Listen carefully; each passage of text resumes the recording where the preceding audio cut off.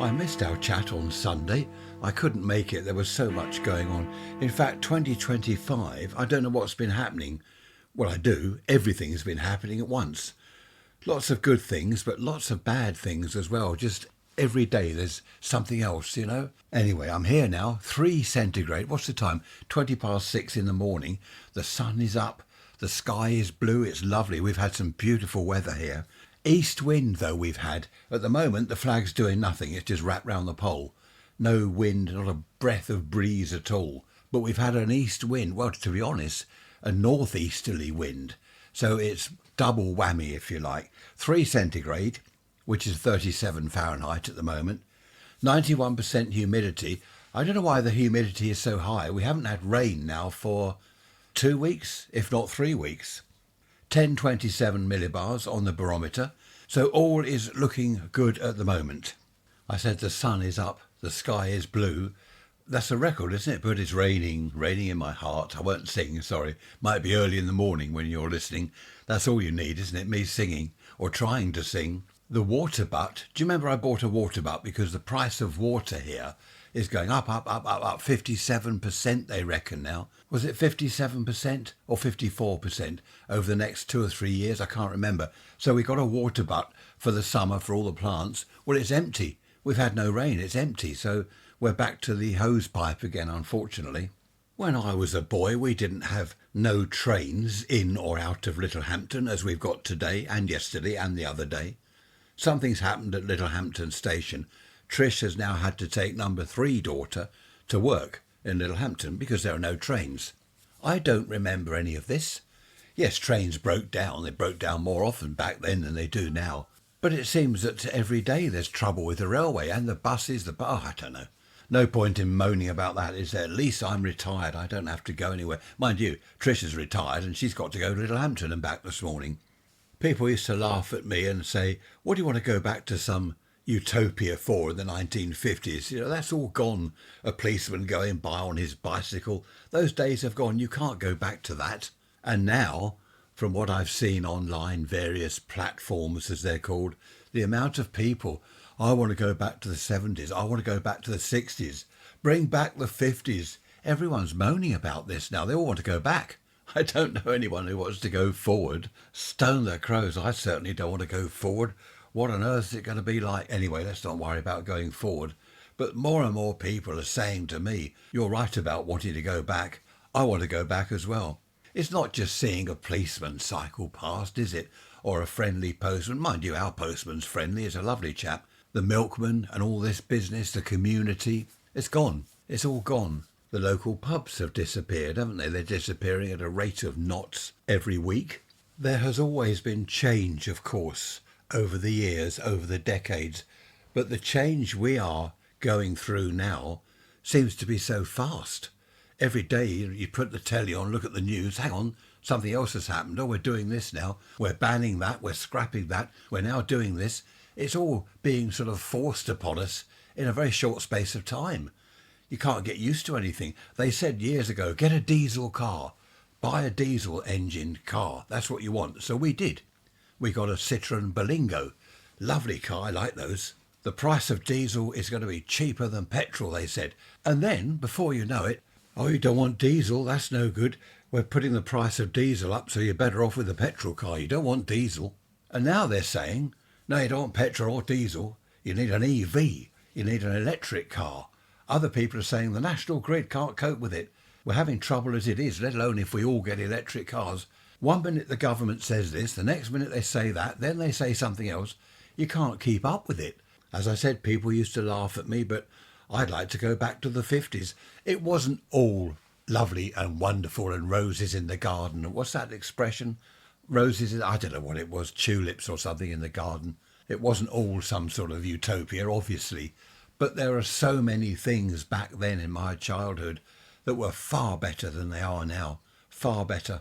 I've mentioned before, haven't I? This cropped up the other day, actually, talking to a family member.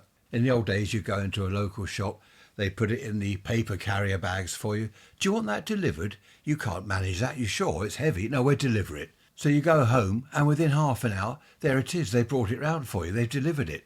No charge. One of the members of staff have popped in the van and dropped it round your house for you.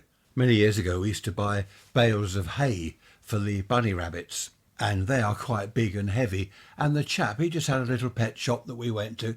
The chap said every time we went in there to buy a bale of hay, I'll drop that off when I close. I close at 5:30. I'll be round to you about 6 o'clock. I'll drop it off. He didn't charge for that. He just dropped it off on his way home. And that was what? That was 20 years ago? Now that these days is rare. It's only the small, very small shop owner, the small business, where someone would do something like that. Bigger businesses, they don't care. If you can't carry it home, well, that's your problem. You'll have to get a taxi or get someone to help you. When I was a kid, I got into bicycles, of course, 12, 13 years old. Everyone was having a fixed wheel bicycle instead of the sort of ratchet thing, so you can pedal forwards or backwards. Very difficult to get used to. I went over our local bike shop and I said, I want a fixed wheel cog thing for my bicycle. And the chap laughed and he said, I'm selling out of these. It seems to be the rage. I remember him saying that. Anyway, I had trouble fitting. I didn't know what I was doing. And I went back to him just for advice. I couldn't do it. I don't know where my dad was. I think he was away with work or something. And I wanted to get this done. He said, bring your bike over. I'll have a look at it for you. So I went home, got the bike. Do you know, it took him, 10 minutes, 15 minutes maybe. He fitted it for me, put the wheel back onto the chain, put it all back together. Did he charge me? No, not at all, because I always went there for bicycle bits, unless I was up the local rubbish tip, taking bits and pieces from scrap bicycles, but I was a customer of his. Whatever I wanted, if it wasn't up the tip, I'd go in there and buy it. He looked after his customers. Now that's rare these days, isn't it? I think people at work cared more about their job and about the boss. Well, not care about the boss, but he was the boss. You don't muck about, whereas these days people seem to do what they like. In shops, they're not very pleasant, are they? A lot of people are rude in shops. Not everyone, of course. As I said earlier, no point in moaning about it. Everything's changed, changing, and will continue to change. So what's the point of worrying about it? There's nothing we can do. This is the trouble. There used to be a sort of order of things. Is that the way to put it? Not regimental, but people did things. You leave school, and as I did, and many people of my time, you leave school and then you go on an apprenticeship. We didn't all go to university and have gap years and swan around the world spending mum and dad's money. We didn't do that. We got ourselves an apprenticeship. We did that. We got the City and Guilds exam or whatever it was you were doing.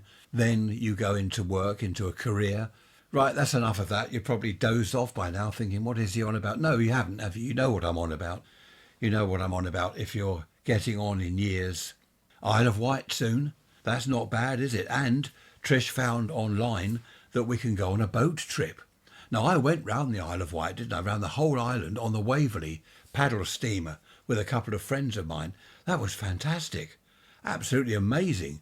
But this boat trip Trish has found, it's an hour. I think you go from Ventnor to somewhere and back again. I can't remember. So we're going to do that. We've got to check with the old ladies first, my mum-in-law and her old friend. I shouldn't call them old ladies, should I? Well, they are old. Of course I should. We're going to check with them just to make sure they can get on and off a boat. I think it only holds 12 people, so it's not a kind of cruise liner, a cruise ship. I wouldn't want to go on that anyway. Would you? Would you want to go on a cruise ship where there are 5,000 people on board? 4,000 passengers, 1,000 crew and all this. It's like a floating town. I'd hate it. I really would hate it. Raise rants at protonmail.com. If you've anything to say, anything to moan about, rant about, do let me know. It'd be lovely to hear from you. In the meantime, where are we? Coming up to 10 minutes. I do hope to see you next Sunday. I'm thinking things are going to be a little bit calm. Oh no, we've got Mum's funeral on Friday, so that's I won't be doing anything on that day. I hope this weather keeps up. What's the weather like where you are? It's lovely here now. The time's ticking on. I've had breakfast, porridge. I like porridge with a bit of honey mixed in, decent honey, not the rubbish supermarket honey, but proper honey. I know it's expensive. What is it my mum-in-law has? Little jars of honey, £10 a jar. And that's not the most expensive one. Perhaps I ought to get some bees and make our own honey. Or get them to make honey for us. Right, waffling now. Lovely talking to you as always. Hopefully see you Sunday. Have a good week. And if you're good, okay. If you're bad, don't get caught. Bye-bye for now.